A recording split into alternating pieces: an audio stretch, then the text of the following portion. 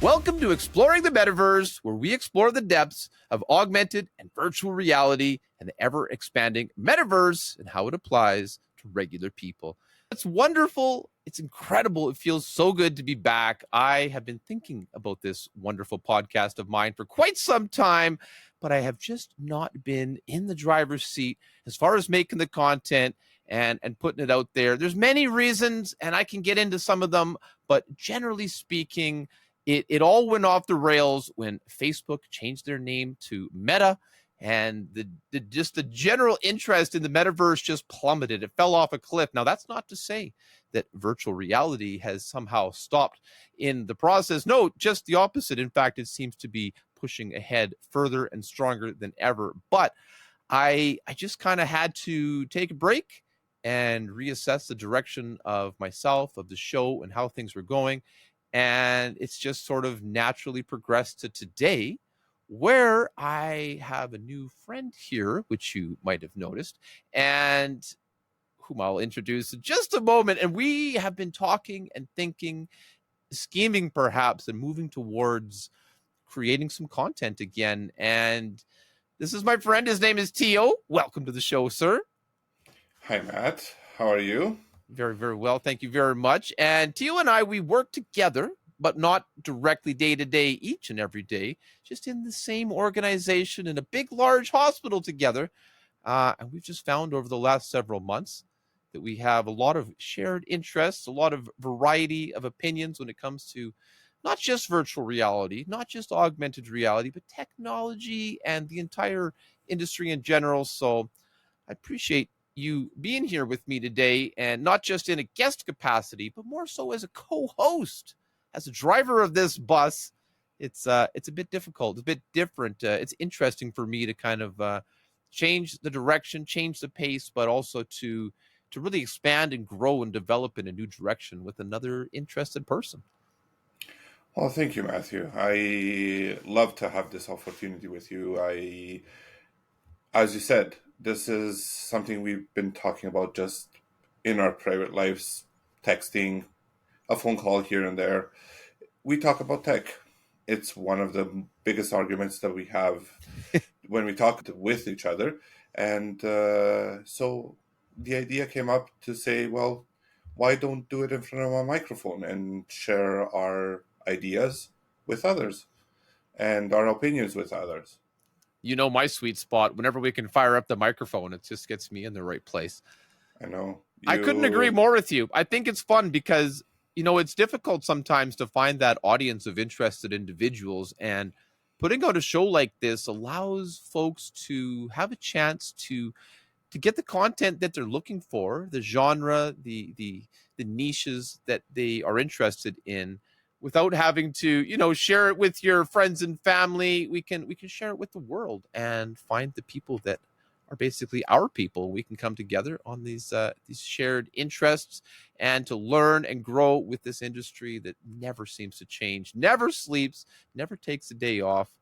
It's quite interesting. What you know, just to change gears a little bit, Mr. Tio, who I really think is going to be the driver of this show as we move forward, but me being me, still just going to ask a little question to you, good sir.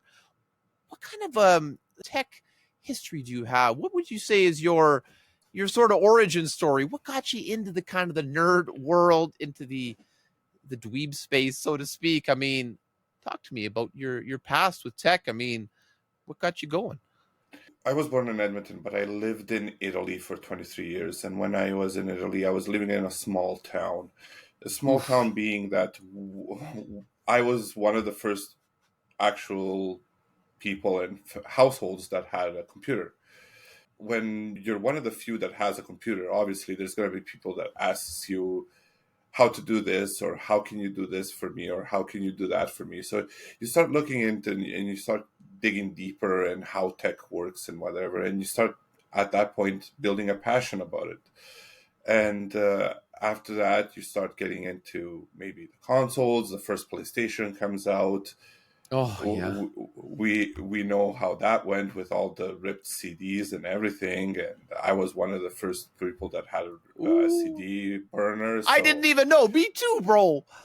So That's a whole story right there. Oh my gosh, you're bringing me back. London so drugs, $500 we paid for that one-time CD burner. Sorry. so no, that's the things, right, that get you going, and then you just keep cultivating this interest in new technology, and even though maybe you can't afford to have the best of the best when you're a kid and you don't feel like asking it to your parents, but You you feel you like it, but you know they're you going to say no. exactly, you you feel like at a point you're gonna get there, you're gonna buy what you want, you're gonna get what you want, and uh, so you keep looking into it and keep looking at what the best of the best is and what the future of the technology is. So you keep digging into news and keep listening to other podcasts, or when the advent of YouTube came about and you start watching videos of tech YouTubers and whatever, It's and then just you a go into rabbit this hole, eh? past. So and then years go by, and now you get to the point that you feel like, well, I can share my opinion because I have digested so much tech news And you've during been my years. assisting your friends and family as their tech support, your Yeah. colleagues. It's unbelievable. And I don't think I've ever really talked about my tech history, so to speak. I feel like it's very similar to yours in so many ways, even though, the vast majority of your experience started in Italy. I had a very similar experience here in the Edmonton region.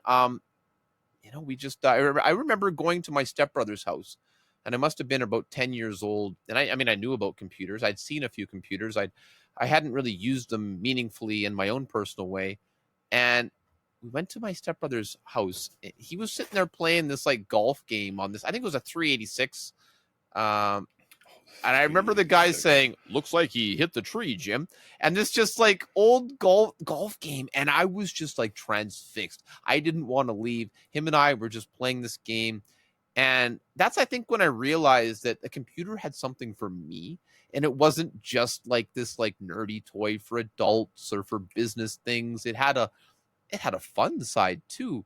And as a child who enjoyed Nintendo and other consoles, it was just a natural thing for me. And then, just like you, I became the sort of family tech guy. I to this day I still build many of my friends' computers. I help my mom and dad and friends and family. Lots of my colleagues at work, I'm fixing their computers and stuff. And just like you, I have spent a better part of my life always with an invested interest in this space, and having I feel like I'm a bit of the one who's sharing it with the people around me and helping them digest what is otherwise a bit, difficult to accept or to learn. Understanding that both of us have more or less the same path. We just started talking tech at work and whatever. We started to understand that we had common interests, right? And now we came to this, and Matthew, we were talking about one of the hottest topics in tech world, and it keeps being one Woo. of the hottest topics in tech world, and it was the Get me that Apple Vision Vision Pro. Pro. Yes, sir. And she said, well, we're sharing opinions. They differ a little bit between each other, but most of all, we're on the same page. We're not at each other's throat. Well, Well, and we yeah, can talk about it like civil persons and civil people, and just share our opinion with everybody. I think it's so fun that it's the kind of subject that always leaves a little bit to the imagination. It's not cut and dry exactly how things will turn out. We don't know exactly where AI will lead us in the next 5 years, 10 years, 50 years. We don't know how this augmented or virtual reality technology, the way it's been bounding forward, just leaping ahead by miles, is it going to be like the movies we've watched? What is it, Ready Player One, or a couple other I ones? was looking at my Blu-rays because I still have Blu-rays and I still collect Ooh, Blu-rays. I how was looking at vintage. it up there. So I I said, mean, "Yeah, that looks a lot right? like." I don't And know. I don't know if Apple actually copied that design, but it looks a lot like the. You know, they're going to draw inspiration from socially relevant places to sort of trigger the imagination and the creative and interesting side of people. I would think, right? So, and that's what it is, right? Like we're not putting like out content for real like tech nerds. We're trying to appeal to everybody, right? the regular Like people. Yeah. exactly. This podcast is for regular people. Yeah, probably the nerdy, the but also geeky people that will are draw interested. a little bit more. Yeah, Like but the moms everybody and that has dads a little bit who, of interest, like what is this Apple Vision Pro? What are they trying to accomplish with this technology? Where is it going? So we maybe can give some insight to those people, other than the nerdy and geeky people that will actually look for our content. oh man, I really hope that we can find like-minded guests as well who would be interested to be on the show to talk directly about their interaction, their place, their founding of new technology with us and with the listeners, to to continue to build that knowledge and to take it forward. And I would love that if this experience was the kind of opportunity that allowed us to get deeper on the subject, to meet people, to go places, to experience things perhaps hands on, that we can share not only here on the audio side of the podcast, but potentially on the YouTube channel and other platforms moving forward. Oh yeah, didn't we say jokingly that we wanted to go to Taiwan last year? Yeah, let's go. Well, the Let's CES. convince our wives that it's a Yeah. exotic destination and just Absolutely, we can interview people on the show floor. We can make relationships for the following year, so we can get time in the private recording areas, and it's just such an interesting subject to me that never sits still. We're always going to learn something new. And Tio and I talked about scheduling. Obviously, I am a little bit busy with other content that I make, but this is such an important thing to me. It's such an interesting and valuable time that we can spend, that I think we can probably at least start put out at least an episode, maybe 2 every month, depending how things are, or even every week. I'm so used to doing everything by myself that it's really awesome to have another interested party here alongside me, working hand in hand, that should really be able to amplify the amount of productivity that we can achieve. And I appreciate you having me here, because it gives me an insight and gives me a little bit of a platform and understand how I can get my ideas out there. And working together probably will get us way further in our goals and get our passion out there for this, what we feel and what we feel like we can share with the people. I honestly couldn't agree more. And I think sometimes the exciting part is, like, you don't know what you don't know, and the possibilities that come from this kind of expression are really so exciting. I mean, if anyone's listening now, you look back in the history of this podcast, and there's already been so many interesting industry insiders here that I've interviewed, and as much fun as it will be for Tio and I to get together and to talk about the things that we love, I hope we can expand that conversation, to include other people as well, and to not just only educate the audience, but ourselves, and just to see where it can take us. Absolutely. And Matthew, are we going to touch other subjects other than the proper metaverse during our podcast? Well, I think, yeah, absolutely. We don't. That word. That's the whole problem with Zuckerberg.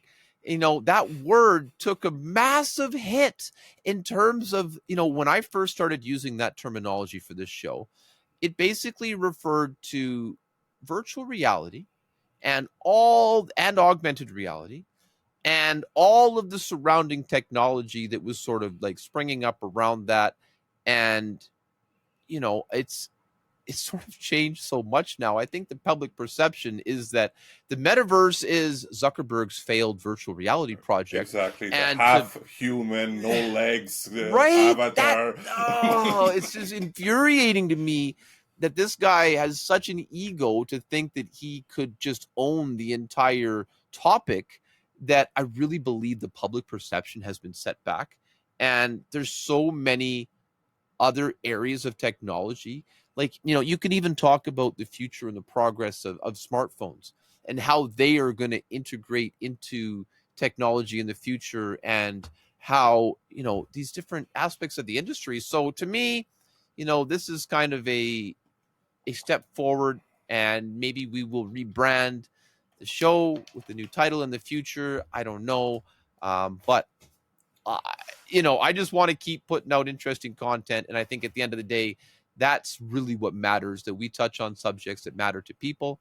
And, the packaging, the logos and titles and such. I mean, that helps to get clicks, helps to get people in the door. But if we're giving value to people, to me, that's really the most important thing.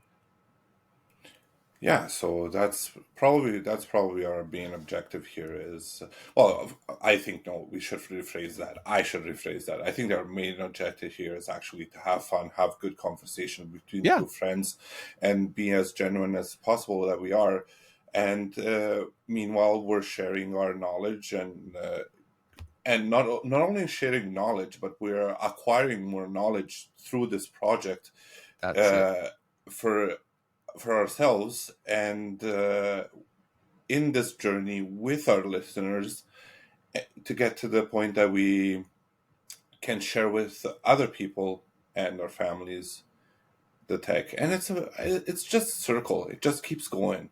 You just keep Every feeding day on. you wake up and there's Exactly. new headlines, there's new topics, there's new breakthroughs, battery technology, display technology, processor technology, the shifting RAM speeds, there's, you could look at the term metaverse and you could say, well, does something like a graphics card apply? Well, directly, the on the surface understanding would be like, well, graphics cards are pretty much for gaming.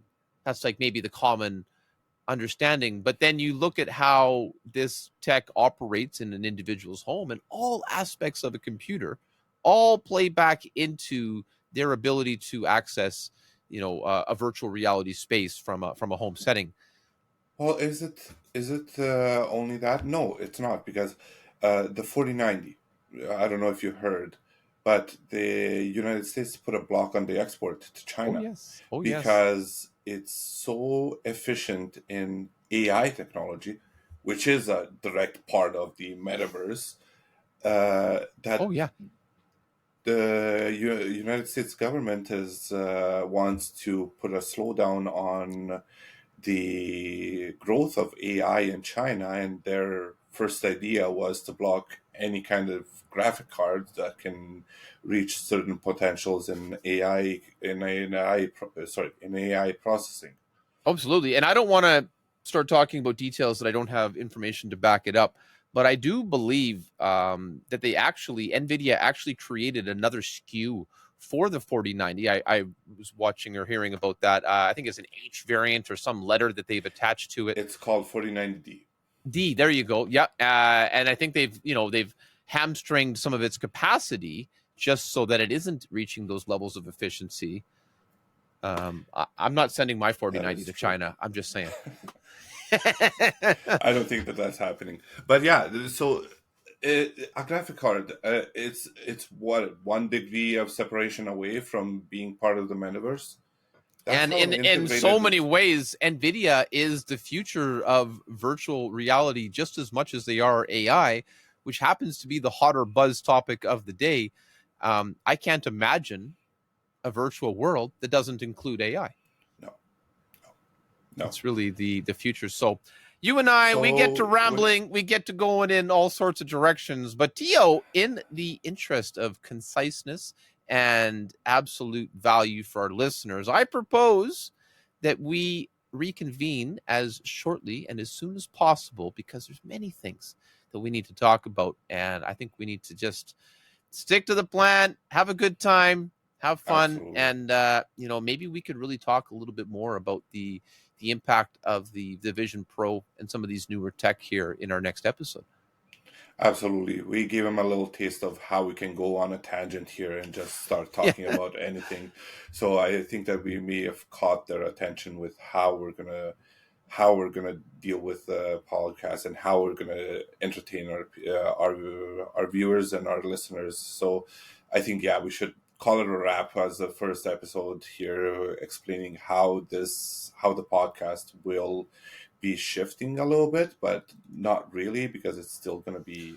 Well, yeah, and that's where I was so excited, so interested in you being on the show because we have such shared values. And I really love this podcast. And even though I haven't been doing it for a while, it's on my mind all the time. And I wouldn't just, go live with anybody for anything. I would rather it sit dormant than, to kind of give it away. And the fact that you get excited about the same things that I do and we can learn and grow together, I just think it's not just only value for you and I, but for so many possible people. And I appreciate the opportunity. That's why I'm so honored and happy and humbled to be here with you.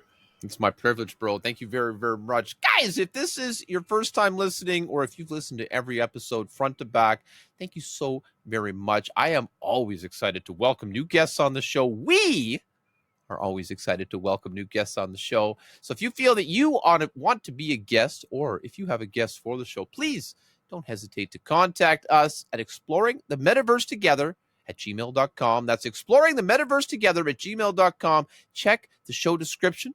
We've got that information and more social media links. You'll notice that the YouTube channel is going to be firing back up here shortly, and we're going to do continued episodes, trying to bring tech to the regular people such as us and yourself and everyone out there. Thanks again, Tio. Appreciate you being here.